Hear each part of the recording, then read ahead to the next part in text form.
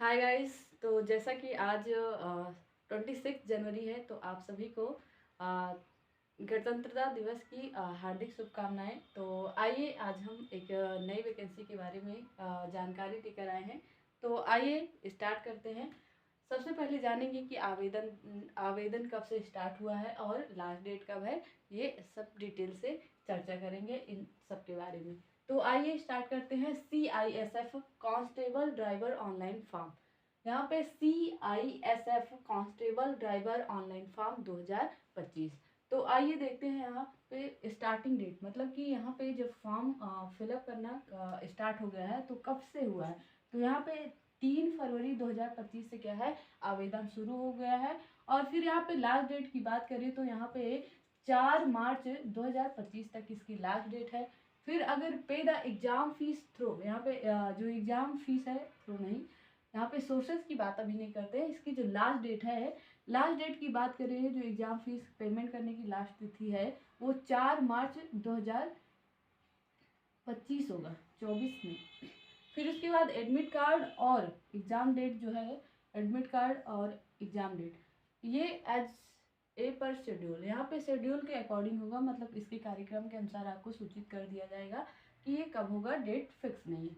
Application fees की अगर बात करें तो जनरल, EWS, OBC, इन तीनों कैटेगरी के लिए क्या है 100 रुपये। और बाकी यहाँ पे SC और ST के लिए और ESM के लिए 0 रुपये फीस है। पे द एग्जाम फीस थ्रो, यहाँ पे डेबिट कार्ड, क्रेडिट कार्ड और नेट बैंकिंग, मतलब किस किस सोर्सेज से आप क्या कर सकते हैं कि आप फीस को पेमेंट कर सकते हैं। तो आपके पास इतने सोर्स है, डेबिट कार्ड, क्रेडिट कार्ड और नेट बैंकिंग। इसके माध्यम से आप क्या कर सकते हैं, अपनी शुल्क को जमा कर सकते हैं, फीस शुल्क।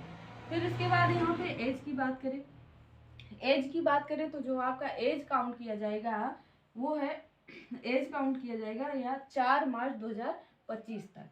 मिनिमम एज की बात करें, अगर मिनिमम मतलब न्यूनतम आयु की बात करें तो यहाँ पे 21 साल, और मैक्सिमम एज मतलब अधिकतम आयु की बात करें तो यहाँ पे 27 साल।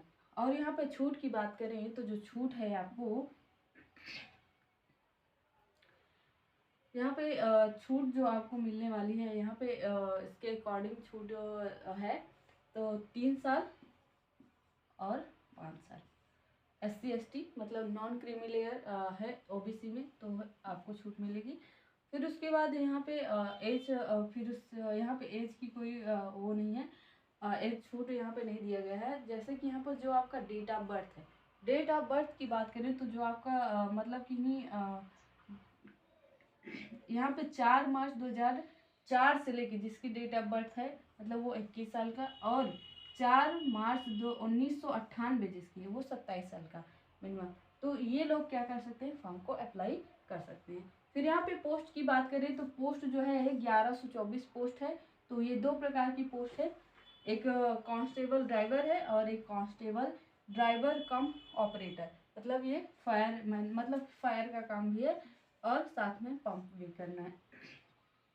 क्वालिफिकेशन की बात करें तो जो क्वालिफिकेशन है आपका ओनली 10th पास, 10वीं पास का ही मांगा है, और इसमें साथ में ड्राइविंग लाइसेंस होना चाहिए। जैसे कि यहाँ पे कैटेगरी वाइज पोस्ट की बात कर ले तो कैटेगरी वाइज पोस्ट में क्या होता है कि अलग अलग कैटेगरी में अलग अलग पोस्ट दी गई है। यहाँ पे जो फर्स्ट पोस्ट है कांस्टेबल ड्राइवर के लिए, इसकी बात करें अगर तो ये UR के लिए 344 पोस्ट, और SC के लिए 126, ST के लिए 63 पोस्ट, और OBC के लिए 228, और यहाँ पे EWS के लिए 84। तो टोटल मिला के यहाँ पे हो गया 885 पोस्ट, ये कांस्टेबल ड्राइवर।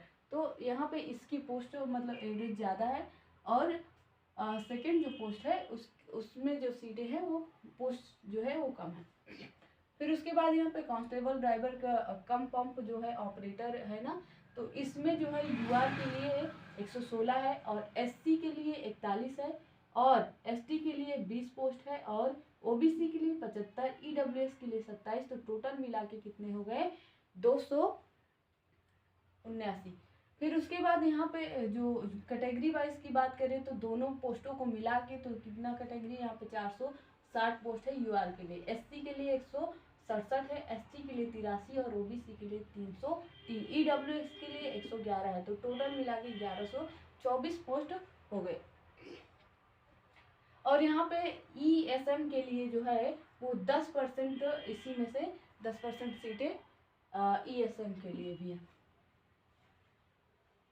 फिर यहाँ पे जो सैलरी की बात करें अगर, तो सैलरी जो है यहाँ पे रहने वाली है मैक्सिमम 21 से मतलब 21 से स्टार्टिंग है, मतलब स्टार्टिंग क्या कह सकते हैं 21 एवरेज दिया है बेसिक, लेकिन यहाँ पे जो बनने वाला है आपका 50 से 55 तक थाउजेंड, मतलब 50 से लेके 55,000 तक की जो आपकी सैलरी रहने वाली है।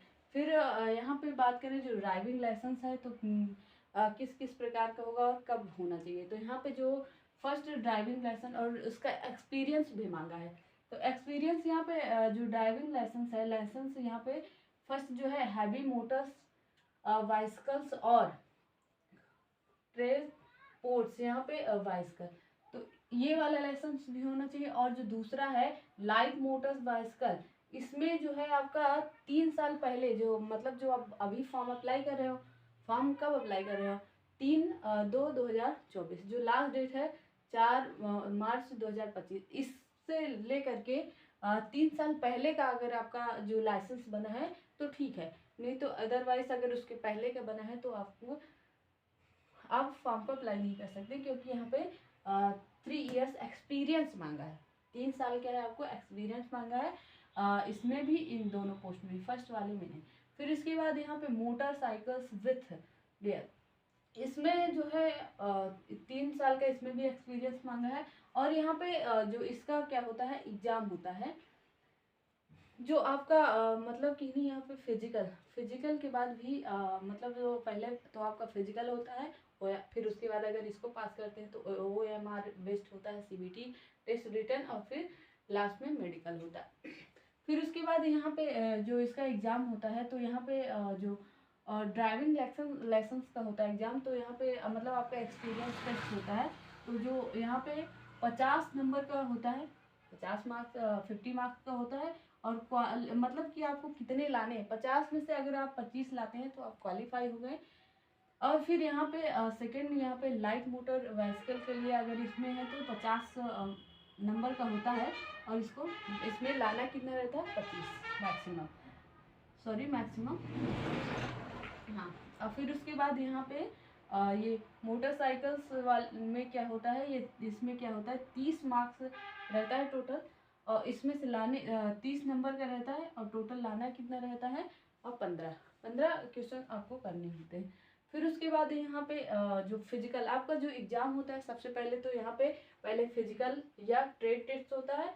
ट्रेड टेस्ट में यही आता है ये मतलब इसका एक्सपीरियंस टेस्ट होता है। फिर उसके बाद यहाँ पे जो होता है क्या इसके बाद अगर आप फिजिकल ट्रेड टेस्ट मतलब फिजिकल आप क्वालिफाई होते हैं तो आप OMR CBT रिटन टेस्ट देते हैं। तो फिजिकल की बात कर लेते हैं पहले। तो फिजिकल में जो आपकी एलिजिबिलिटी क्या होनी चाहिए, फिजिकल में क्या होता है आपकी यहाँ पे हाइट मांगा है और चेस्ट मांगा है। ये वैकेंसी जो सिर्फ और सिर्फ मेल के लिए है, फीमेल के लिए नहीं है। यहाँ पे सिर्फ और सिर्फ मेल ही भर सकते हैं फॉर्म को। तो यहाँ पे जो OBC जनरल SC और EWS के लिए जो हाइट है वो 167 सेंटीमीटर होनी चाहिए, और चेस्ट जो है मिनिमम 80 सेंटीमीटर, और फुला करके 85, 5 फूला हुआ मतलब 85 सॉरी। फिर उसके बाद यहाँ पे पेट जो होता है रनिंग, यहाँ पे फिजिकल ट्रेड टेस्ट होता है, तो यहाँ पे रनिंग भी पूछा जाता है। रनिंग जो है 800 मीटर होता है आपका, 3 मिनट 15 सेकेंड होता है, 3 मिनट 15 सेकेंड में आपको 800 मीटर रनिंग करना है। फिर उसके बाद लॉन्ग जंप है, यहाँ पे लॉन्ग जंप है। लॉन्ग जंप में क्या होता है 11 फीट होता है ऊंचाई, और यहाँ पे 3 चांस मिलते हैं। फिर हाई जंप में क्या होता है, ये भी 3 फीट ये 3 फीट का होता है, और यहाँ पे 3 फीट, और इसमें भी 3 चांस मिलते हैं। फिर उसके बाद जो होता है रिटन एग्जाम होता है। रिटन एग्ज़ाम, जैसे कि आप यहाँ पे CBT मतलब कंप्यूटर बेस्ड जो टेस्ट होता है रिटन एग्ज़ाम, तो इसमें क्या होता है, ये जो जितने नंबर आते हैं ये जो फाइनल सिलेक्शन आपको दिलाता है वो रिटन एग्ज़ाम से होता है आपका फाइनल सिलेक्शन। तो सबसे पहले यहाँ पे जीके से कितने 20 क्वेश्चन 20 नंबर का, और मैथ का 20, और रीजनिंग का भी 20, और बेसिक नॉलेज में भी 20, और एनालिटिक एप्टीट्यूड इसमें से 20। तो आप यहाँ पे 100 क्वेश्चन का 100 मार्क्स बनेगा।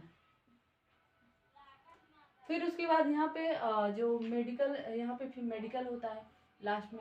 जब आप इसको रिटन एग्जाम पास कर लेते हैं तब फिर क्या होता है, मेडिकल होता है। मेडिकल के बाद जो मेडिकल में क्या होता है, आपकी आइस वगैरह सब चेक की जाती है कि आप सही है या नहीं।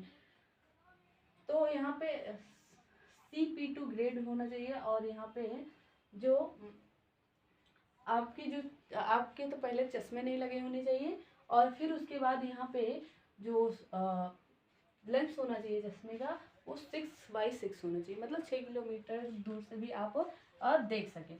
और टैटू की बात की रहे, अगर यहाँ पे टैटू जो होता है उसकी बात करें, जो टैटू होता है वो आपका ऐसे इस फ्रंट साइड में इधर तो होना चाहिए, लेकिन इधर बैक साइड में नहीं होना चाहिए, और यहाँ पे भी नहीं होना चाहिए, क्योंकि आपको सैल्यूट करना है। फिर यहाँ पे लास्ट में जो आपका होता है वो डॉक्यूमेंट वेरिफिकेशन होता है।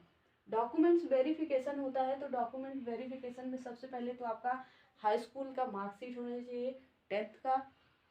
फिर उसके बाद यहाँ पे डेट ऑफ बर्थ, अगर आपके पास डेट ऑफ बर्थ नहीं है तो आप यहाँ पे क्या कर सकते हैं कि हाई स्कूल का मार्कशीट से ही आपका डेट ऑफ बर्थ,